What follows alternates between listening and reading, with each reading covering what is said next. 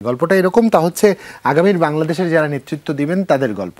এবং আমরা যেটা পরিকল্পনা করেছি এবং যেটা চেষ্টা করেছি পুরো ডিসেম্বরের সময়টা জুড়ে বাংলাদেশের এরকম অদম্য তারুণ্য, যে তারুণ্য প্রতি মুহূর্তে গতিশীল, ক্রিয়াশীল, পরিবর্তনশীল, এবং তারা নতুন করে ভাবায়, চোখে আঙুল দিয়ে সংকটগুলো দেখায় এবং তারা তাদের মতো করে একটা সমাধান খুঁজে বার করবার চেষ্টা করে, এমন তরুণদের আপনাদের সামনে উপস্থাপনের একটা সংকল্পবদ্ধ হয়েছে আমরা। সেই ধারাবাহিকতায় আজ আমরা উপস্থাপন করছি আমাদের আজকের অতিথি, অনলাইনে যাকে যুক্ত করে নিচ্ছি, আল মামুন রাকিব। তিনি একজন স্বেচ্ছাসেবক এবং মূলত জলবায়ু পরিবর্তন, ঝুঁকি মোকাবেলা এবং সচেতনতা তৈরিতে তিনি কাজ করেন। আল মামুন রাকিব, শুভ সকাল এবং স্বাগত সকালের বাংলাদেশে। শুভ সকাল। আমি জানি জুবাইরের একটা অন্য প্রশ্ন আছে, কিন্তু আমার প্রশ্নটা হচ্ছে সকালটা আসলে কিভাবে শুরু হয়? সকালটা আসলে শুরু হয়, আমি যদি বলি আমার গ্রামের বাড়ি বরিশালে। আজকে সকালটা যদি আমি বলি, আমি জাস্ট বরিশালে লঞ্চ থেকে নেমে জাস্ট আমি মিরপুরে আমাদের যে অফিস সেখানে আসলাম। সকালটা শুরু হয় ইউজুয়ালি সারাদিনের যে কার্যক্রম, আমি আসলে একই দাঁড়ে হচ্ছে যেমন স্বেচ্ছাসেবী সংগঠনের সাথে যুক্ত আছি, পাশাপাশি আমি যুক্ত আছি international centre for climate change and development নাইকেড এর সাথে, মানে প্রফেশনালি আমি সেখানে কাজ করি। তো আমার আসলে এই দুইটার ব্যালেন্সটা আসলে কিভাবে হবে, ভলান্টিয়ারিজম এবং প্রফেশনালিজম, সো এই দুইটার আসলে প্ল্যানিং দিয়ে আমার সকাল শুরু হয় প্রতিদিনের। রাকিব বলবো না মামুন অ্যাড্রেস করবো বুঝতে পারছি না, তবে যাই হোক আপনাকে অ্যাড্রেস করা। জলবায়ু সংক্রান্ত ঝুঁকি কিংবা এই যে কঠিন বিষয়গুলো নিয়ে কাজ করব, ঠিক কি অনুপ্রেরণা থেকে আগ্রহটা তৈরি হলো? কেন এই ক্ষেত্রে আমার কাজ করার আগ্রহটা তৈরি হলো? আমি যদি বলি, আমার জন্ম অলরেডি বললাম যে বরিশালে মেহেন্দিগঞ্জে আমার জন্ম। সো আপনারা জানেন যে আসলে আমাদের সাউদার্ন পার্টটা ক্লাইমেট চেঞ্জের কারণে অনেক বেশি ইম্প্যাক্টেড। আমি একদম ছোট সময় থেকে দেখেছি মেঘনার ভাঙন। আমার বাবার যে বাসা বা আমার বাবা যেখানে জন্মগ্রহণ করেছিলেন সেটাও আসলে নদী ভাঙনে হারিয়ে গিয়েছে। এবং আমি যখন ছোটবেলায় গ্রামে ছিলাম তখন আসলে দেখেছি যে প্রতি বছর বন্যা আসলে কিভাবে আমাদের সবকিছু বিনষ্ট করে দিয়ে যায়। নদী ভাঙনে কিভাবে আমার কমিউনিটির সব মানুষ সবকিছু হারিয়ে নিঃস্ব হয়ে যায়। সো এই বিষয়গুলোর নিয়েই আমি আসলে ছোট সময় থেকে যে এক্সপেরিয়েন্স, সেটাই আমি যখন বড় হলাম, লাল সবুজ সোসাইটির সাথে যুক্ত হলাম, এই সময়টাতে আমি দেখলাম যে আসলে এইটার সাথে ক্লাইমেট চেঞ্জের একটা ডিরেক্ট লিঙ্ক আছে। এবং আমি যখন গ্র্যাজুয়ালি ক্লাইমেট নিয়ে আরো বেশি জানাশোনা, আরো বেশি পড়াশোনা শুরু করলাম, তখন দেখলাম যে আসলে আমার ওই কমিউনিটির মানুষ যে ক্ষয়ক্ষতির শিকার হচ্ছে, সেটার জন্য আসলে আমার কমিউনিটির মানুষের কন্ট্রিবিউশন খুবই ক্ষীণ। এটার জন্য আসলে এটা একটা গ্লোবাল যে প্রবলেম, সেটার আসলে ইম্প্যাক্টটা আসলে আমার কমিউনিটির মানুষ সবথেকে বেশি ইম্প্যাক্টেড হচ্ছে। সো এই বিষয়টা যখন আমি জানতে পারলাম, তখন আসলে আমার ইন্টারেস্টটা গ্রো করলো যে ওকে, এই জায়গাটাতে আসলে আমার কাজ করার প্রয়োজন আছে এবং এই জায়গাটাতে কাজ করা আমার আসলে একটা দায়িত্ব। সো সেই জায়গা থেকেই মূলত আমার জলবায়ু পরিবর্তন মোকাবিলায় আমার কার্যক্রম শুরু হয়। আসলে রাকিব, এটা আসলে খুবই ইন্টারেস্টিং একটা বিষয়। যে প্রথম কথা হচ্ছে জলবায়ু পরিবর্তনের বিষয়টা আমরা জানি এটা মানে এটা ইরিভার্সেবল, আসলে আমি এটাকে পেছনে নিতে পারছি না, যে আছে সেখান থেকে আমাকে থামাতে হবে।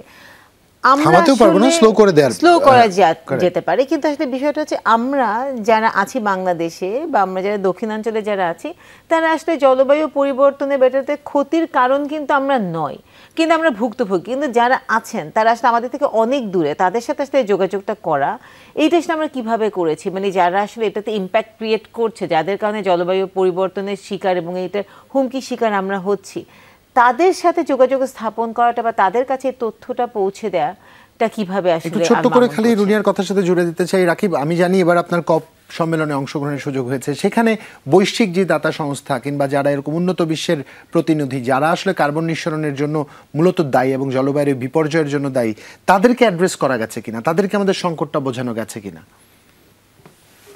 ওকে, আমি যদি দুইটার প্রশ্নকেই হচ্ছে একসাথে অ্যাড্রেস করি, আসলে উপায় হচ্ছে আমরা এখন গ্লোবালি কানেক্টেড থাকতে হচ্ছে, বা আমরা আসলে যদি দেখি আসলে জলবায়ু পরিবর্তন যেহেতু একটা গ্লোবাল প্রবলেম, সো এইটার সলিউশনটা কিন্তু গ্লোবালি হতে হবে। সো এই যে কপ সম্মেলন যেটা হলো বা এইরকম যে প্রোগ্রামগুলো হয়, এরকম যে সামিটগুলো হয়, এই জায়গা থেকে কিন্তু গ্লোবালি হচ্ছে আমাদের একটা একক জায়গায় আসতে হবে, আমাদের একটা একক ডিসিশনে আসতে হবে, যেটার আসলে পারবে আমাদের। আপনারা যেটা বললেন যে আসলে জলবায়ু পরিবর্তনটা থামিয়ে দেওয়া বা জলবায়ু পরিবর্তনটা বন্ধ করে দেওয়াটা সম্ভব না, বাট হচ্ছে এইটার যে ইন্টেন্সিটি, সেটা হয়তো আমরা স্লো ডাউন করতে পারবো। সো এবারের কপে যেটা হয়েছে যে আমাদের যে দাবি ছিল বা আমাদের যে আসলে আমরা জানি যে আমাদের যে 1.5 এর যে লক্ষ্যমাত্রা, সেইটা অর্জন করতে হলে হচ্ছে আমাদেরকে ফসিল ফুয়েলটাকে আমাদের ফেজ আউট করে দিতে হবে, বা ফসিল ফুয়েলকে আমাদের হচ্ছে ব্যবহারটা বন্ধ করে দিতে হবে গ্র্যাজুয়ালি। বাট ইন্টারেস্টিংলি আসলে সেইটার কোনো রোড ম্যাপ এবছরের কপেও আসলে হয়নি। যেটা হয় যে আসলে আমরা আমাদের অনেক ডিমান্ড থাকে বাট আমরা খুব সীমিতই পেয়ে থাকি। যেমন এবছর যদি বলি, এবছর আমাদের অ্যাডাপ্টেশন ফাইন্যান্স 2035 এর ভেতরে ট্রিপল অ্যাডাপ্টেশন ফাইন্যান্স মানে ৩ গুণ হচ্ছে অ্যাডাপ্টেশন ফাইন্যান্সিংটা হবে। এর বাইরে হচ্ছে 1.3 ট্রিলিয়নের যে লক্ষ্যমাত্রা ২০৩৫ সালের ভিতরে, সেটা নিয়েও এটাকে একটা অনেকেই হচ্ছে এটাকে একটা বড় অ্যাচিভমেন্ট মনে করে। কিন্তু আসলে আপনি যদি দেখেন যে আমাদের বাংলাদেশের সাউদার্ন পার্টের বা আমাদের ওভারঅল বাংলাদেশের যদি দেখেন যে একটা ঘূর্ণিঝড়ে আমাদের বিলিয়নস ডলারের ক্ষয়ক্ষতি হয়ে যায়। সো সেই জায়গায় আসলে যেই পরিমাণ ফাইন্যান্সিং নিয়ে এখানে কথা হচ্ছে 1.3 ট্রিলিয়ন, তার ভিতর ৩০০ বিলিয়ন হচ্ছে গভর্নমেন্টের জায়গা থেকে আর 1 ট্রিলিয়ন যেটা আসলে প্রাইভেট সেক্টর থেকে। এটা আসলে খুবই আর আমাদের জন্য আমাদের যে প্রয়োজন সেটার অনুযায়ী আসলে এটা খুবই সীমিত এবং এটা যে মেকানিজম লাইক এটা আসলে আমাদের গ্র্যান্ট হিসেবে আসছে না। এটা আসলে লোন হিসেবে মোস্টলি আসবে। সো এটা আসলে আমাদের আরো বেশি ডেপ ট্র্যাপে ফেলে দেওয়ার একটা নিশ্চয়ই ঝুঁকি আমাদের থেকে এটা গ্র্যান্ট হিসেবে পাওয়ার কথা, এটা আমরা সেখান থেকে বঞ্চিত হয়ে লোন হিসেবে আমাদের উপর চাপানো হচ্ছে। এটা তো একটা বিশাল সংকট, যেটা অ্যাড্রেস করা প্রয়োজন এবং যেটার আসলে একটা সমাধান প্রয়োজন। রাকিব, তারপরে একটু জানতে চাই, লাল সবুজ প্রতিষ্ঠানেরটা বা ফাউন্ডেশনের কথা বারবার আপনার কথার সামনে আসছে। 30 সেকেন্ড সময় আপনাকে দিতে চাই, একটু জানতে চাই কি করে এই সংগঠন।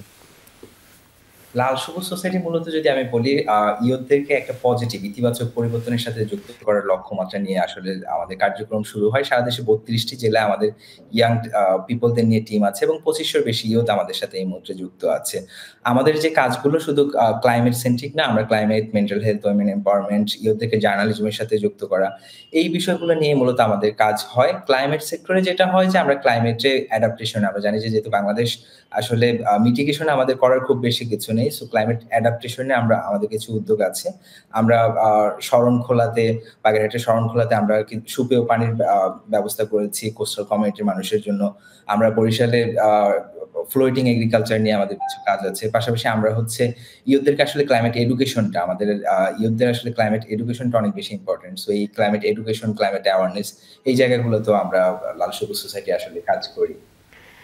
তো মামুন, অসংখ্য ধন্যবাদ আমাদের সাথে যুক্ত হবার জন্য।